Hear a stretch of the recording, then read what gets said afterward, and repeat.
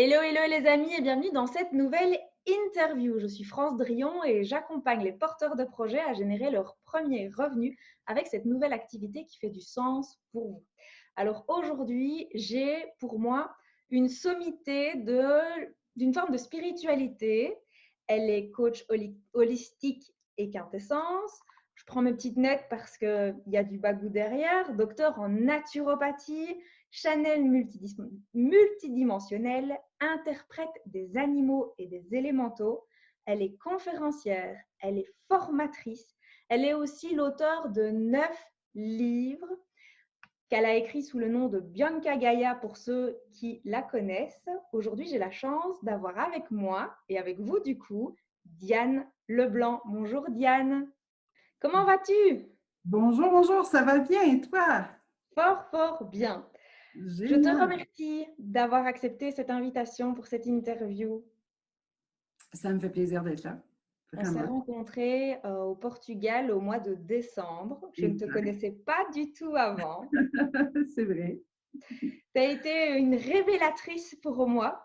Et donc, du coup, je t'ai demandé, j'ai voulu partager ce que tu fais, mais j'ai aussi, tu m'as parlé un petit peu, et puis j'ai pu lire au travers d'un de tes livres aussi ton histoire. Et je me suis dit qu'elle pouvait aussi inspirer d'autres personnes qui ont des dons, des talents, qui sont un petit peu perçus comme de la sorcellerie pour certains. Et toi, tu fais ça avec tellement de fluidité que je me suis dit que j'avais envie de t'interviewer pour que tu partages aussi ton expérience par rapport à ça. Alors, avant de commencer, je t'ai pêché une carte, comme pour tous les intervenants, et elle vient du jeu Dixit. Et alors, cette carte, je te la montre. Je ne sais pas si tu la vois bien. Tu me dis si je Mhm. dois avancer ou reculer. Non, c'est bien, c'est bien. Dis-moi un peu ce que tu C'est perçois au parfait. travers de toi par rapport à cette carte. Ben, c'est intéressant parce que on dirait que c'est quelqu'un qui regarde à travers une lorgnette, si c'est bien ce que je Oui. vois. Et ça représente beaucoup ce que je dis à chaque personne que je rencontre, c'est de changer son regard, de transformer la vision qu'on a de la réalité qui nous entoure. Et en même temps, on voit que la personne, elle est vraiment bien installée, bien posée. Le fait qu'elle a des longs cheveux blancs, ça donne quand même une image de sagesse, une image, bon, je n'oserais pas dire de vieillesse parce que je pense pas que je me sente très, très vieille, mais je sais que je suis une vieille âme, donc il y a aussi un lien de ce côté-là. Euh, j'ai vraiment le sentiment que quand on regarde notre vie à travers les yeux de notre âme, tout s'ouvre et tout fait un. Donc, c'est vraiment l'image qui me parle sur cette petite carte, d'avoir ce sentiment-là que plus on a une vue qui est large, plus on a un esprit qui s'ouvre, plus notre conscience s'éveille. Donc, ça représente bien ce qui est pour moi cher finalement à mon cœur et à mon âme.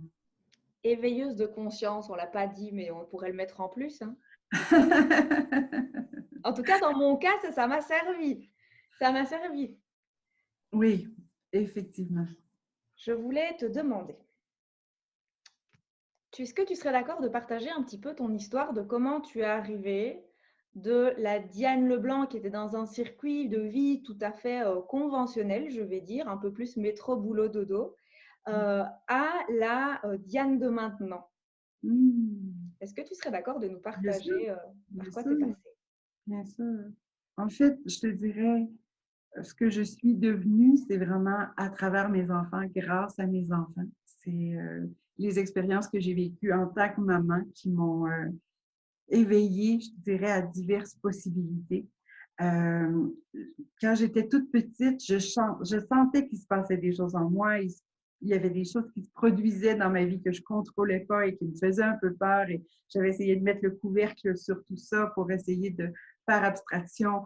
Premièrement, parce que pour mes parents, ça paraissait des signes de folie ou de problèmes, de troubles mentaux. Et aussi pour moi, parce que c'était quelque chose que comme je ne contrôlais pas, je ne maîtrisais pas, c'était quand même quelque chose qui me faisait peur. Donc, j'ai essayé de mettre tout ça en parenthèse pendant des années jusqu'à ce que mon compagnon et moi, on donne naissance à un enfant qui a été entre la vie et la mort pendant presque 3 ans. Donc, il y avait des problèmes pulmonaires très, très graves et les médecins ne savaient juste pas quoi faire avec lui, finalement. C'est un enfant dont les poumons souffraient de dégénérescence et ça allait à une vitesse phénoménale. Donc, à un moment donné, on a dû s'ouvrir à d'autres possibilités, à des médecines alternatives pour essayer de trouver d'autres solutions. Et à chaque fois qu'on rencontrait des nouvelles personnes, ils nous invitaient à aller voir en dedans quelle est la partie de nous qui avait besoin de cette expérience-là. Et au début, on était très, très réfractaires à ça. On subissait les situations. On n'avait pas l'impression de contribuer à les créer. Et j'ai l'impression que c'est ce qui a changé ma vision de mon existence. Le jour où j'ai compris que la vie me traite, la vie nous traite, non pas comme on traite les autres, mais comme on se traite soi-même. Donc, ce qu'on subit à l'extérieur, c'est souvent le reflet de ce que l'on se fait subir en dedans.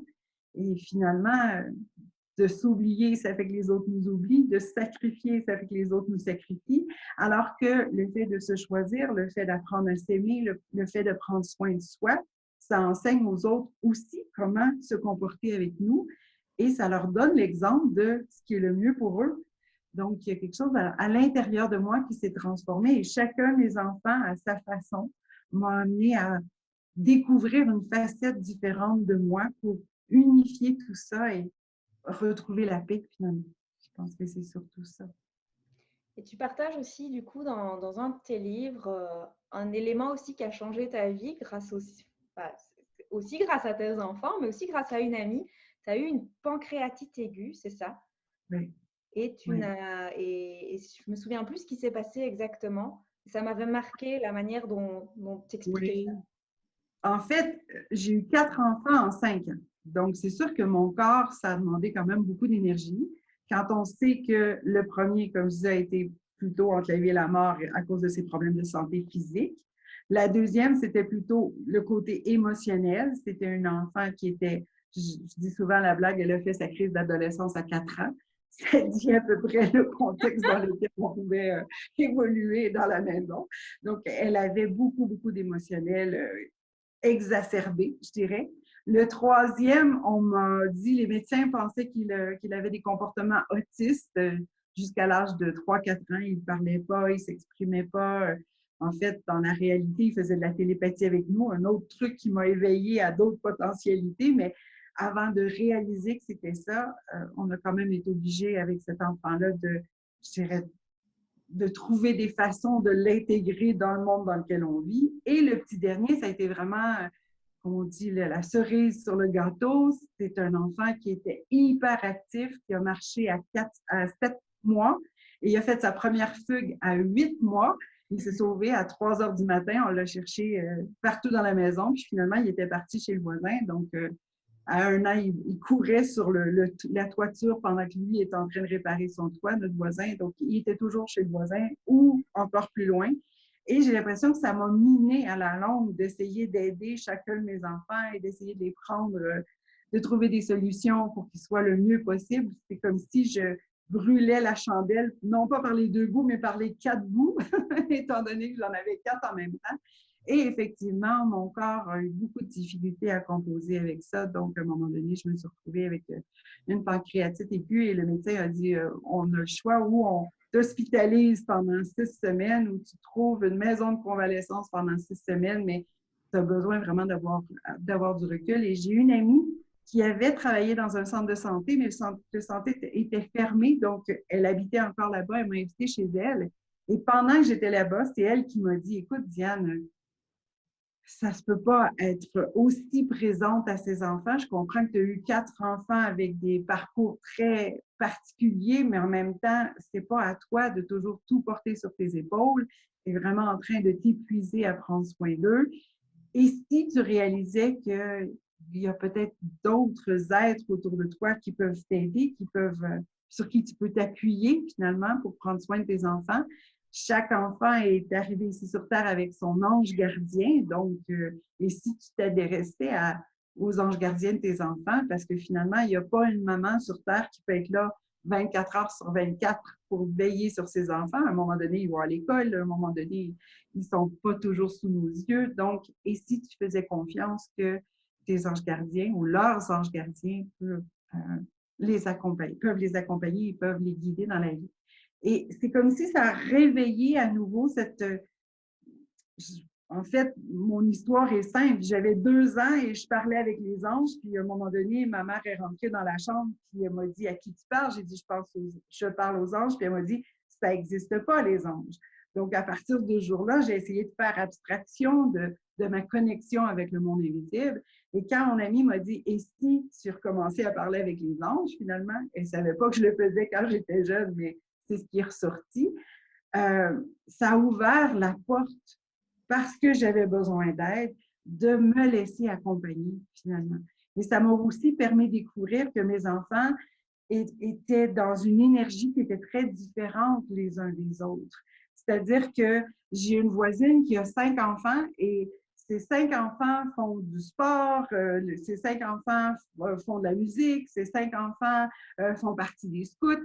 Moi, mes enfants, il suffisait qu'on parle de faire de l'exercice physique. Le premier qui avait eu des gros problèmes, c'était « il n'y en est pas question ». Le petit dernier qui ne portait pas par terre parce qu'il était toujours dans son monde d'hyperactivité, il était absolument incapable de se canaliser. Donc, chaque fois qu'il y avait une proposition, j'en avais toujours qui étaient en réaction avec la situation. Et c'est à travers cette énergie finalement de leur famille d'âme, de leur couleur d'âme en lien avec leurs anges gardiens, que j'ai découvert qui étaient mes enfants. Et c'est ce qui m'a permis de développer la méthode de coaching quintessence, qui est ici, on allait dans le sens de la couleur de notre âme, de notre nature profonde, plutôt que de s'adapter au monde dans lequel on vit finalement. Et c'est vraiment mes enfants qui m'ont aidé à prendre conscience de ces différences-là. Et j'ai réalisé que je cherche encore l'exception 25 ans plus tard, 30 ans plus tard même, que chaque être qui arrive ici sur Terre porte en lui, en elle, des clés exceptionnelles, un trésor fabuleux et que quand on connecte sur ce trésor-là, il y a des portes qui s'ouvrent dans notre vie qu'on ne soupçonne même pas, en fait. Et c'est ce qui s'est passé avec toi quand tu es venu me rencontrer. Oui, parce que si on raconte la petite histoire, moi je suis au Portugal avec une amie en mode on n'a rien prévu et on se laisse porter. Puis elle me dit ah, mais je connais quelqu'un qui est au Portugal, il faudrait vraiment que tu la rencontres. Je suis sûre que ça matchera super bien toutes les deux. Je me dis bah oui, pourquoi pas, allons-y. Et puis on arrive et j'avais l'impression de te connaître et on a passé 3 jours ensemble. Et ben mon voyage n'était pas fini, mais moi c'est comme si mon voyage était fini, j'aurais pu rentrer, comme si mon corps me disait c'est bon, tu as pris t'es arrivé là pour ça, tu peux rentrer. Et j'ai eu l'impression à la fois d'avoir, au travers de l'expérience avec toi, j'ai eu l'impression d'abord que tu me connaissais. C'était très interpellant d'avoir quelqu'un qui vous parle de vous et vous vous dites mais on ne se connaissait pas il y a 48 heures, on ne se connaissait pas, on n'avait jamais rien partagé ensemble et j'ai eu l'impression en même temps de me sentir entendue, écoutée dans qui je suis, dans mes aspirations profondes, dans le fond à la fois de mon cœur, mais presque de mes tripes aussi. Et ça m'a permis de me libérer d'un paquet de peurs que j'avais en me disant oh, j'ai le droit d'être comme ça, mais c'est magique. Et donc vraiment, j'ai eu cette impression que juste par l'échange qu'on a eu, de m'autoriser à être qui j'ai toujours voulu être. Donc, c'est ça. C'est le secret, en fait, de connecter avec son âme, c'est de s'ouvrir à ce qui a toujours été là, en fait, ce qui fait partie de nous, mais comme tu dis, qu'on ne s'autorise pas à contacter parce qu'on est toujours en adaptation avec le monde qui nous entoure, à répondre aux exigences des gens qui nous entourent et des demandes ou des pressions de la société, alors qu'à l'intérieur, on a des trésors fabuleux qui peuvent changer notre vie et changer la vie de ceux qui nous entourent. Et quand on s'ouvre à cette énergie-là, c'est plein de miracles qui se dévoilent devant nos yeux, en fait. oui, moi, je me suis rendu compte que depuis, il y a des coïncidences dans ma vie, mais tout le temps. Comme si ça m'avait juste ouvert un champ. Oui, pas qu'un champ, c'est plus qu'un boulevard. C'est un espace de possible qui est magique. Et une foi en l'avenir presque inébranlable, en fait. Oui. C'est qu'en fait, de connecter à sa famille d'âmes, c'est de se connecter avec toutes les âmes qui sont venues ici sur Terre avant nous et qui ont eu à relever les mêmes défis, à traverser les mêmes tempêtes, à régler les mêmes problèmes, à guérir les mêmes blessures, de se sentir solidaire d'un groupe, d'un espace d'âme. C'est comme si ça permet à l'intérieur de, déjà de ne plus se sentir seul, comme tu viens de le nommer, mais aussi d'avoir foi que ce potentiel-là peut se mettre en action, peut se concrétiser. Et automatiquement, il y a comme une espèce, c'est comme si on devenait les ambassadeurs finalement de cette famille d'âmes-là et on sent le support, le soutien de ces âmes-là à nos côtés. Donc, ça, pour moi, c'est un peu comme si on déroulait le tapis rouge et ça nous permet d'avancer plus confiant, je dirais, en soi, en la vie, en ce potentiel qui est là dans nous et en cette connexion qui est là, qui est typiquement spirituelle, mais en même temps qui est très, très concrète, qui est très terre à terre parce que ça fait partie de nous. Ce n'est pas quelque chose d'extérieur. On met notre foi en un espace divin ou surnaturel qui est hors de nous. Ça fait partie de nous et on l'accepte, on l'accueille, on le fait grandir. Donc, on permet à cette petite étincelle qui est notre âme de s'illuminer de l'intérieur et d'illuminer notre vie. C'est vraiment ça.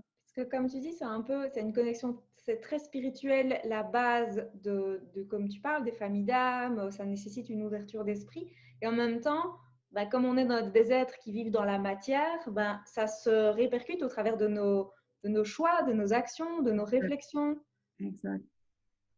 C'est vraiment ça. Et ce qui est intéressant, c'est qu'à partir du moment où j'accepte d'unifier finalement les dimensions à l'intérieur de moi, parce que pour moi, les familles d'âmes représentent chacune des dimensions qui font de nous qui nous sommes. Donc, tu as une famille d'âmes qui correspond à la dimension physique, dimension émotionnelle, dimension mentale, dimension spirituelle, mais quand on unifie tout ça, ça nous amène dans la conscience de notre plénitude divine. Et pour moi, c'est ça la 5e dimension. C'est pas un espace, un lieu ou quelque chose qu'on doit atteindre, c'est quelque chose qu'on a déjà en nous et qu'on doit juste unifier, intégrer. Donc, de connecter à sa famille d'âme, c'est un peu comme le raccourci ou l'espace privilégié qui met en perspective tout le reste. On se croit dans la 3e dimension, donc ça veut dire qu'on a 3 dimensions sur 4 qui sont bien intégrées. Et le défi, c'est d'aller connecter à la famille d'âme, c'est d'aller chercher la 4e dimension qui met les autres en perspective, qui unifie le tout et qui nous propulse finalement dans un état de bien-être, de sagesse intérieure, de plénitude intérieure qui correspond, selon moi, à ce que les grands spirituels de ce monde appellent la 5D. C'est juste un état de conscience. Et cet état de conscience-là, plus on l'intègre dans notre vie, plus on se sent en état de grâce, en état de plénitude, de bien-être. Donc, oui, on peut penser que c'est très spirituel, mais ce n'est pas d'aller méditer 8 heures par jour dans une caverne lointaine. C'est juste de dire oui à cette parcelle divine en nous et de la laisser nous guider, de la laisser nous inspirer, nous stimuler aussi à dire oui au meilleur pour soi et pour ceux qui nous entourent. Donc, c'est un cadeau qu'on se fait, tout simplement. Et cette partie divine qu'on a en nous, on pourrait aussi je vais remettre des mots par rapport à ce que tu dis, par rapport à mon expérience, c'est la petite voix intérieure que souvent on ne s'autorise pas parce qu'on se dit oui mais non, ça ne se fait pas, oui mais non, je ne peux pas, oui mais non. Et en fait, quand on s'autorise à juste partager cette petite voix intérieure qui a envie juste de s'exprimer, en fait, c'est là que la magie commence à s'opérer quand on lui laisse de l'espace. En fait, c'est comme si depuis qu'on est tout petit, on nous a fait croire que de s'écouter, c'est d'être égoïste. C'est de penser qu'à soi au détriment des autres. Alors qu'en fait, dans l'explication de tout à l'heure par rapport à comment je me traite et comment les autres me traitent, moi, ce que je sens, c'est le plus beau cadeau qu'on peut se faire à l'humanité, c'est de donner l'exemple. Si moi, je suis bien, si je suis en harmonie, si je suis en paix à l'intérieur, je montre aux autres que c'est possible. Donc, ça ne veut pas dire que je suis plus importante que les autres, mais au moins que je suis autant importante que les autres. Et c'est ça qu'on néglige. On a tendance à répondre aux besoins et aux exigences et aux responsabilités qui nous incombent au quotidien. Donc, on est en adaptation au monde qui nous entoure, mais pendant ce temps-là, il y a une partie de nous qu'on néglige, qu'on oublie, et c'est cette partie-là qui tombe malade, c'est cette partie-là qui s'épuise, c'est cette partie-là qui est malheureuse. Mais si je trouve juste l'équilibre entre moi et les autres, prendre soin de moi et prendre soin des autres, il y a une paix qui peut s'installer. Et c'est à travers cette paix, c'est là où j'écoute ma petite voix pour me guider de qu'est-ce qui me fait vraiment du bien. Pas ah, je vais compenser parce que toute la semaine j'ai travaillé, donc vendredi soir, je vais aller au resto, je vais faire la fête.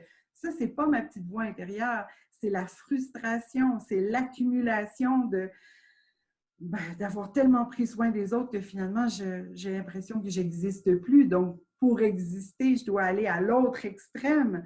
Mais en fait, d'écouter sa petite voix intérieure, c'est comment je peux, au quotidien, me donner des espaces pour juste considérer que je mérite d'avoir du temps pour moi. Je mérite de m'arrêter un instant. Je mérite de juste être doux, être bon, être généreux envers moi.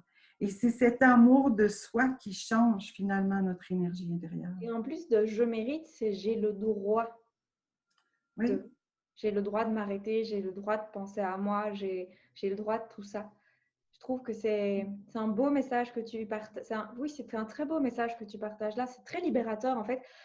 Aussi bien pour les hommes que pour les femmes. Là, c'est vrai que nous, avec nos expériences de maman, c'est souvent au travers de nos enfants qu'on a tendance à se laisser dépasser. C'est au travers parfois de notre travail. Et puis, ça peut être au travers d'une certaine fidélité dans l'amitié, par exemple, ou autre. Et puis, tu parlais justement c'est la frustration qui peut créer, du coup, moi, ce que j'appelle, c'est la pulsion. Tandis que la petite voix intérieure, c'est une aspiration. Exact. Elle vient de l'intérieur et que la pulsion, elle vient pour compenser un manque, une frustration, une émotion désagréable. En fait, moi, tu vois, mon explication, c'est on a le choix en subir, qui est vraiment comme juste réagir, ou faire le choix de passer à l'action et, autrement dit, de grandir, tu vois.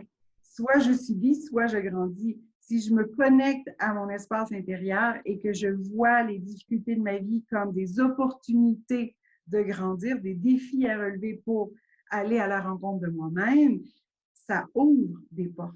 Alors que si je vois les problèmes de ma vie comme quelque chose qui cause de l'anxiété, qui cause un mal-être intérieur, plus je subis, plus mon énergie se disperse et ça finit par créer des malaises, des blocages, Des des maladies. mécanismes de survie. Voilà, exact. Et autrement dit, plus ça va, moins ma vie a de saveur. Alors que si je me dis, OK, il y a une situation difficile, je sais qu'il y a un cadeau là-dedans. Je le vois peut-être pas pour le moment, mais je suis certaine qu'il y a un besoin en moi qui a pas été entendu, qui n'a pas été écouté, qui n'a pas été répondu. Et si j'allais à la rencontre de ce besoin-là, est-ce que ça se pourrait que la réalité change? Et pour moi, quand tu parlais tout à l'heure de petits miracles ou de synchronicité qui se passent dans ta vie, c'est juste parce que tu as appris à écouter cette petite voix-là. Donc, comme tu l'écoutes, tu n'as plus besoin d'attirer. Je dis souvent à la blague, c'est comme si la vie va nous envoyer des épreuves tant qu'on croit qu'on a des preuves à faire. Donc, à qui j'essaie de prouver quoi que ce soit? Et si je prends conscience que c'est moi qui m'impose des épreuves, je peux choisir tout simplement de laisser aller et de faire confiance, d'écouter un peu plus ce besoin d'équilibre entre donner et recevoir, et automatiquement, les choses s'apaisent à l'extérieur. Parce que j'ai plus Et besoin. ça c'est un message, je vais dire, dans la spiritualité, il y a beaucoup de femmes qui sont en chemin, j'ai l'impression parfois même un petit peu avant les hommes, et quand je généralise très fort. Et on a des couples comme ça qui ne sont pas du tout en phase, où il y en a un des deux qui rentre beaucoup plus dans la spiritualité. Moi, j'appelle ça plus une forme d'alignement, en fait. Pas que de la spiritualité, c'est une forme d'alignement.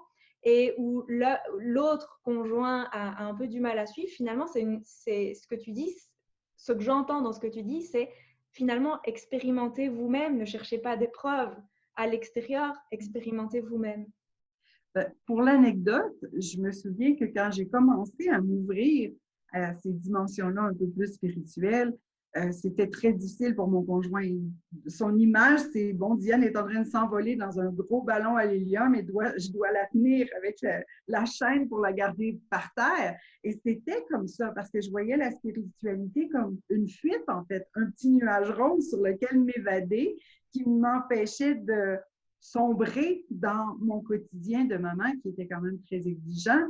Et tant et aussi longtemps qu'il y avait ce décalage-là, j'étais pas unifiée, j'étais pas alignée, j'étais juste dans une recherche de quelque chose de mieux ou d'un idéal à atteindre, mais qui n'était pas dans l'intégration, qui était plus, comme tu dis, dans cette espèce d'aspiration que mon âme m'inspirait, que mon âme chuchotait à mon oreille, mais qui était trop déconnectée de ma réalité pour que je puisse me sentir justement unifiée, me sentir centrée. Et c'est vraiment à partir du moment où j'ai réalisé que non, la spiritualité, c'est une des 4 dimensions. C'est comme si, imagine que tu as une voiture et tu as 4 roues, 4 nœuds différents. Bien, chaque dimension représente un pneu de la voiture et tu as besoin que chacun des pneus soit gonflé de la même manière, soit aligné ensemble pour avancer dans la même direction. Mais si tu en as un qui est surdimensionné, qui est hyper gonflé, et pendant ce temps-là, tu en as un autre qui est complètement à plat, mais tu ne peux pas aller nulle part avec ça. Et pour moi, c'est vraiment ça, la clé de la spiritualité, c'est pas une fin en soi, c'est un outil pour avoir un regard différent sur les autres dimensions de notre vie qui nous amène à mettre tout en perspective et à unifier toutes ces dimensions-là dans un respect des besoins de chacune des dimensions. Et c'est vraiment à partir du moment où j'ai réalisé que la spiritualité avait juste été mise en parenthèse pendant trop longtemps. Donc, j'avais besoin d'aller retrouver le juste milieu et de faire de la place à cette dimension-là dans ma vie, que j'ai pu ensuite me servir des autres dimensions de ma vie, du côté naturopathie, du côté psychothérapie, du côté accompagnement, coaching. Pour moi, ça fait partie des outils qui sont disponibles et le fait d'avoir des dons, de percevoir l'âme des gens, un peu comme je l'ai fait avec toi sans même t'avoir rencontré, c'est ce qui met un regard pour faciliter, je dirais, les prises de conscience. Plutôt que de recevoir les gens en thérapie pendant 10 semaines pour essayer de comprendre qui ils sont, le fait de se connecter à leur âme, ça amène un éclairage immédiat sur ce potentiel qui est là en eux, la famille d'âme qui est leur couleur, qui est leur nature profonde, mais autrement dit, ça ouvre les bonnes portes pour être plus en harmonie, plus être en paix. Donc, comme moi, la famille d'âme dans laquelle je me reconnais, c'est la famille d'âme du côté spirituel, du côté énergétique. Mais comme je l'avais mis en parenthèse pendant longtemps, c'est comme si j'avais un trésor fabuleux dans moi, mais je l'avais caché au plus profond de mon coffre, verrouillé à double tour, et qu'en laissant émerger cette partie-là, c'est venu embellir tout le reste, harmoniser tout le reste. Et c'est vraiment dans cette perspective-là que de découvrir qui on est et de se mettre à l'écoute de cette petite voix-là, ça change tout le reste parce que ça change notre regard sur notre vie, sur notre existence et sur le sens profond de ce qui nous arrive. Donc, c'est pour ça que j'ai développé une méthode de coaching pour enseigner à d'autres à faire la même chose, justement parce que je me disais, c'est pas le don de voir la famille d'âme qui est important, c'est qu'est-ce qu'on en fait, comment on peut l'intégrer dans notre vie. Et chaque personne est la mieux placée pour déterminer quelle est sa nature profonde, son trésor profond. Donc, à partir du moment où on est ouvert à entendre notre petite voix, à écouter ce qu'elle a à nous dire, les signes sont là. Les opportunités s'installent. Ouais, c'est assez interpellant, hein. Ce qui arrive quand on se laisse, quand on s'autorise à expérimenter. On a rarement envie de faire marche arrière, en fait. Exact. C'est vraiment ça. Et du coup, entre le moment où tu as repris conscience et que tu as reconnecté à cette forme de spiritualité, tu dis, je suis partie un peu dans les étoiles avec Serge qui essayait de te ramener sur Terre. Comment t'en es arrivé du coup à tout ce que tu fais maintenant, l'interprète animalier et des élémentaux, tes conférencières, tes formatrices au travers de la formation que tu fais sur les familles d'âmes. Tu as écrit 9 livres. voilà, tu es coach, tu t'es occupé aussi, tu as été massothérapeute à une époque, si je me souviens bien. La naturopathie, c'est quelque chose que je pense que tu avais déjà avant. Ou c'est dans la Oui, foulée, tu as en fait tout ça? fait, le contexte était vraiment qu'avec mon aîné qui était très, très, très malade, on a dû apprendre à intégrer des nouvelles façons d'être, des nouvelles façons de faire.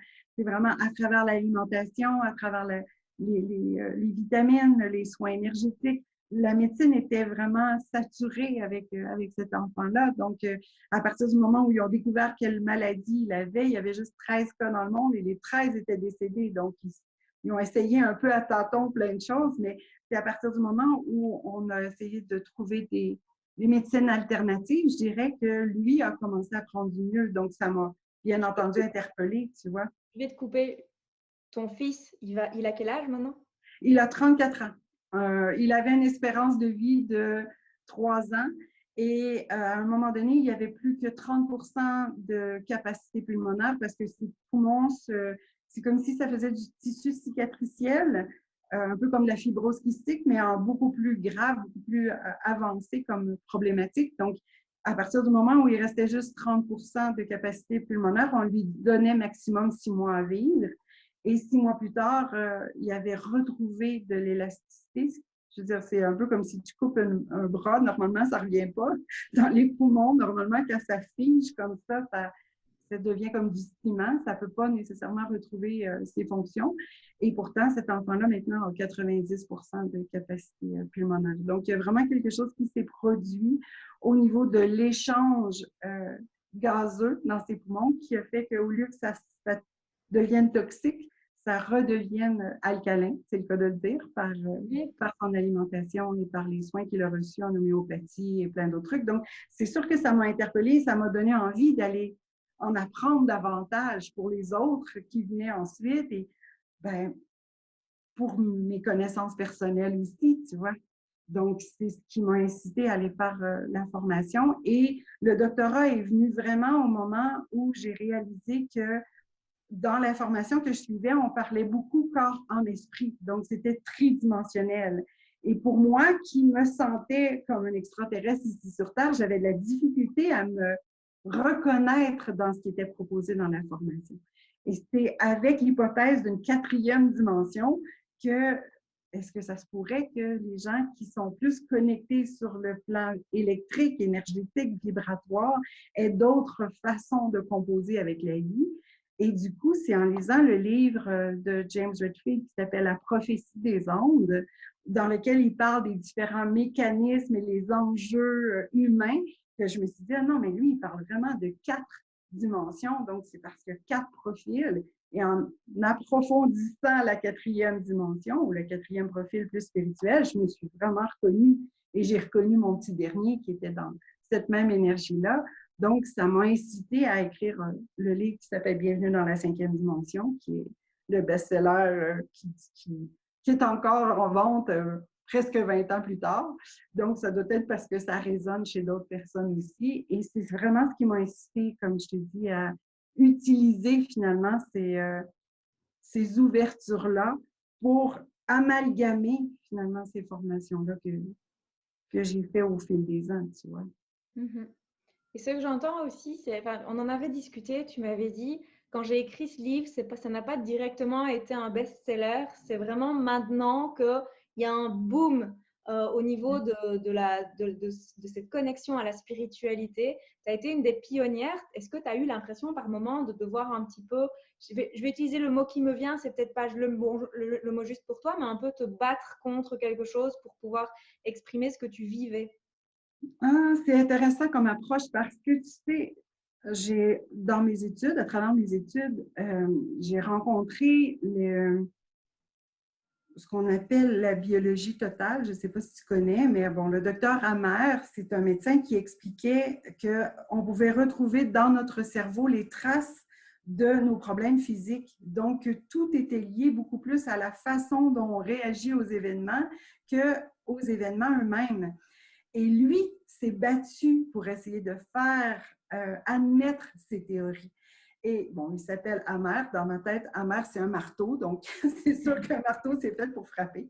Moi, mon nom de famille, c'est Leblanc. Donc, je me suis dit, est-ce qu'on peut y aller avec plus de douceur?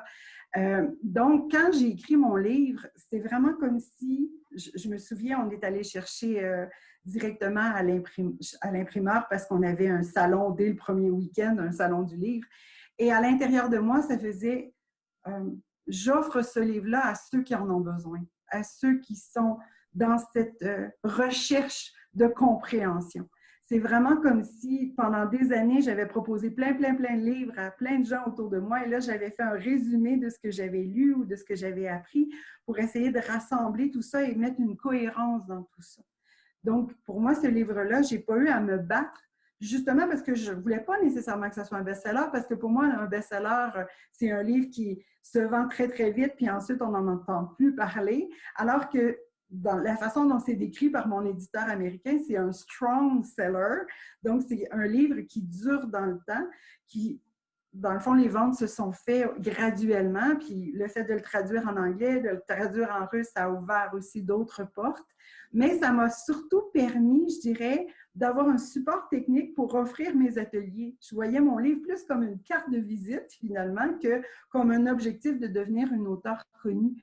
C'était pas du tout cette perspective-là qui était mise de l'avant. Parce que finalement, c'est le message qui est important, c'est pas le messager. Et je me sens vraiment comme ça dans ma vie, à tous les jours, d'être privilégiée, d'être un messager des familles d'âme déjà, mais aussi de tout ce qui est énergie dans l'univers, dans le cosmos, dans toutes les perspectives, toutes les dimensions qui sont là. Et quand tu disais tout à l'heure, interprète des animaux et des élémentaux, bien, ça fait de plus en plus partie de ma vie d'être connectée avec ce qu'on ne voit pas, ce qu'on ne sent pas, mais qui est là, qui fait partie de l'âme du monde ou de l'âme de l'univers. Et je sens qu'on a tous cette possibilité-là d'être connectés avec, je dirais, ces dimensions-là, ces univers-là. Et plus on dit oui à s'ouvrir à ces portes dans nous qui sont là, plus on va rechercher des parcelles de nous, en fait. Ce n'est pas quelque chose d'extérieur qu'on contacte, c'est vraiment notre vérité profonde. Donc, je le vois plus comme si on explorait les différentes facettes de notre diamant intérieur et apprendre à polir chacun de nos espaces pour que ça fasse un et qu'on soit vraiment complètement unifié à l'intérieur. Donc, c'est plus dans cette perspective-là que c'est mis de l'avant maintenant. Surtout que la notion, cette sensation de se sentir rempli en étant unifié, c'est une sensation qui amène énormément de paix et de calme en fait en soi. Et beaucoup de confiance en fait automatiquement parce que dans cet espace de paix et de calme, ben, on se sent capable de, peu importe ce qui peut arriver, on se sent capable de le vivre et de le surmonter.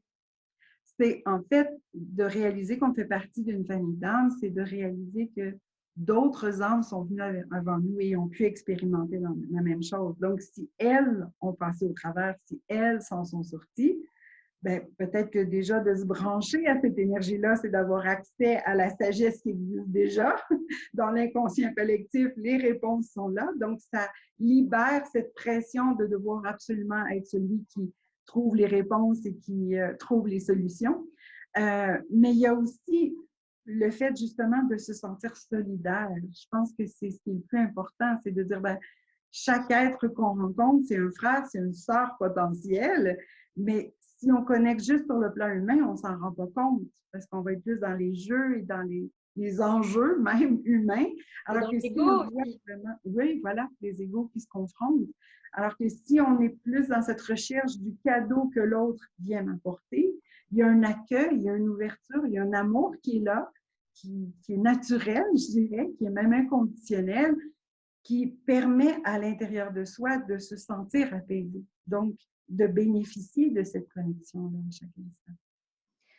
Tu as écrit un livre sur les familles d'âmes ou tu parles des familles d'âmes dans plusieurs de tes livres? J'en parle dans plusieurs de mes livres, effectivement.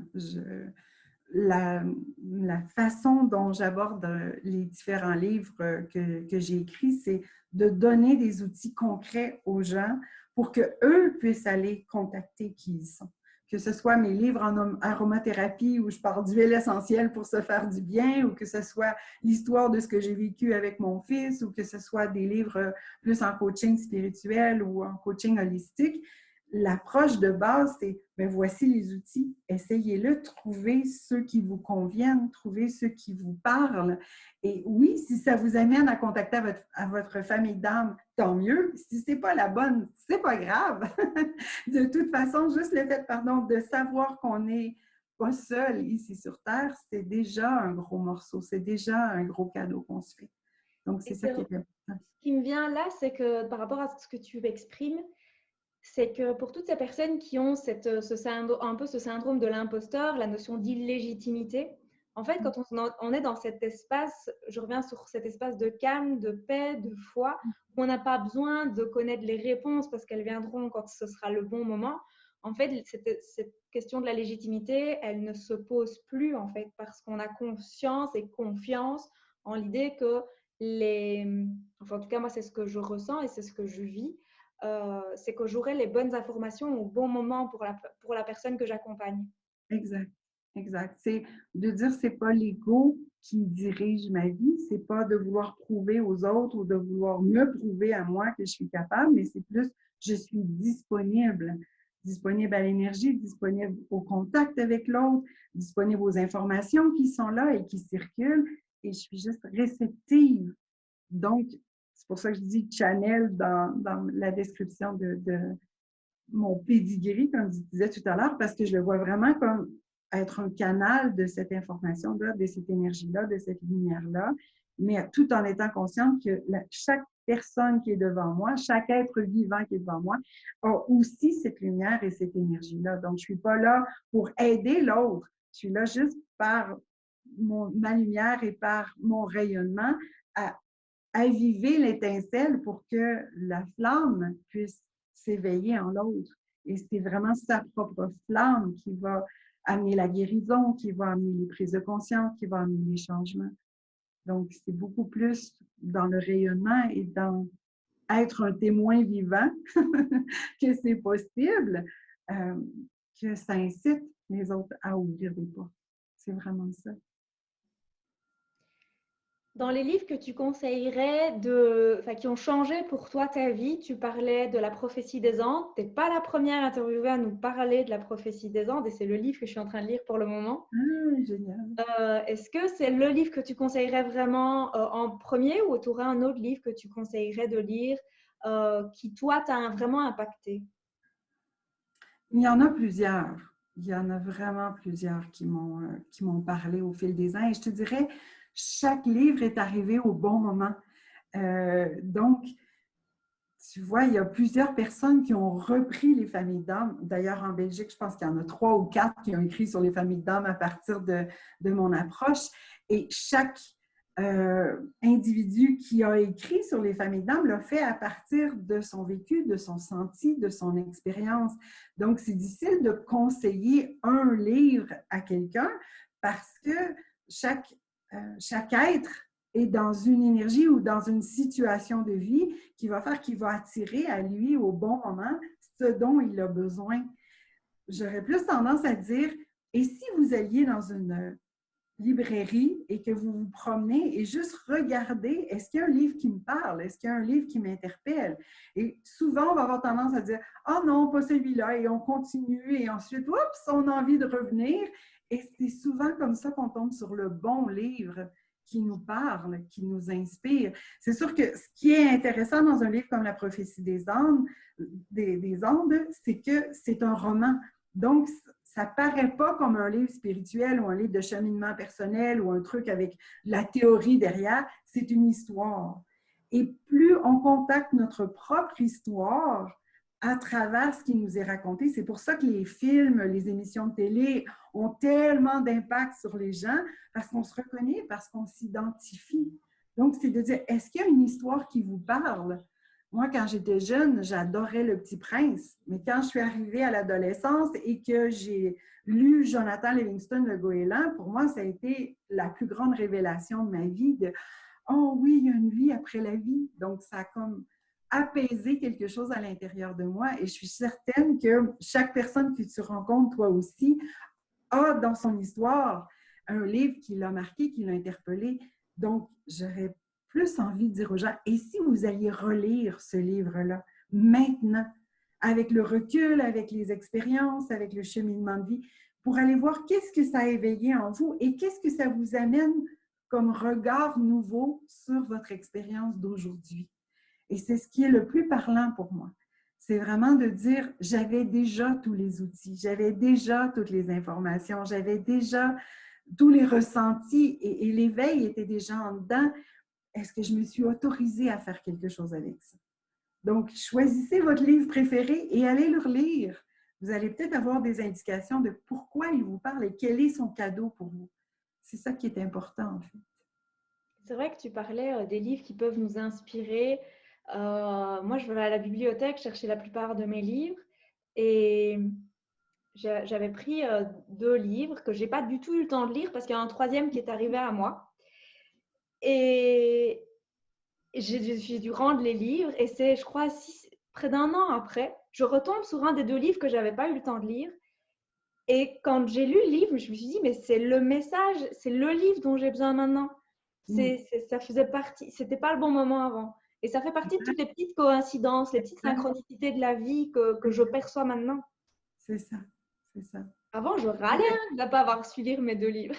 Oui, oui. Et souvent, c'est ça, les gens vont te dire, lis tel livre parce qu'il est important pour moi, mais si on n'est pas au même endroit à ce moment-là, si on ne vit pas la même chose à ce moment-là, ça n'aura pas le même impact ou la même résonance en nous. Alors que si j'écoute plus ce qui se passe à l'intérieur et que je me laisse guider, je vais tomber sur le bon livre au bon moment. Et parfois, je n'ai même pas besoin de tout lire le livre, je fais juste ouvrir le livre et lire quelques lignes. Et habituellement, ça parle, même si c'est un livre de cuisine. Il va y avoir quelque chose qui va être écrit et qui va venir résonner avec ou m'inviter à avoir une réflexion différente sur ce que je suis en train d'expérimenter dans ma vie. Et c'est ça le cadeau de l'âme, c'est que l'âme, elle est présente partout, elle est vivante dans tous les espaces. Donc, si je me mets à son écoute, elle va m'envoyer les signes, les messages, l'inspiration dont j'ai besoin. Parfois, ça va être dans des rêves, parfois, ça va être à travers quelqu'un qui me dit quelque chose, ça va être une musique, une chanson que j'entends à la radio, peu importe. Mais s'il y a quelque chose qui revient régulièrement, c'est parce que j'ai besoin de l'entendre. Donc, c'est juste de m'ouvrir à écouter cette petite voix-là en moi. Merci beaucoup, Diane, pour ces doux mots, ton expérience.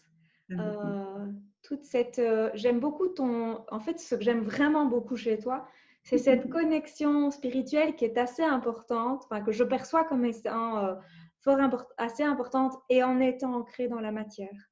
Et c'est cet alignement que j'aime vraiment beaucoup chez toi, parce qu'il y a parfois des personnes qui sont vraiment, comme tu dis, qui partent dans les étoiles et ça manque de, un peu comme comme tu disais, une fuite de ce qui se passe ici sur la planète Terre. Et je trouve que tu lis de manière très logique, parfois même pragmatique, les 4 dimensions qui nous entourent. Et ça met, je trouve que ça met en lumière pour des personnes comme moi qui suis à la base une scientifique. À la base, dans les scientifiques, on ne croit que ce qu'on voit. Ben, maintenant, je vois que ce que je crois.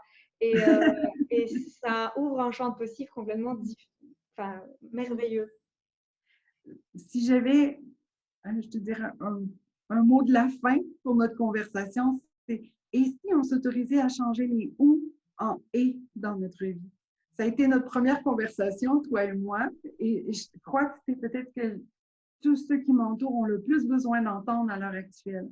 On a l'impression d'être confrontés continuellement à « je dois choisir ou ça ou ça ».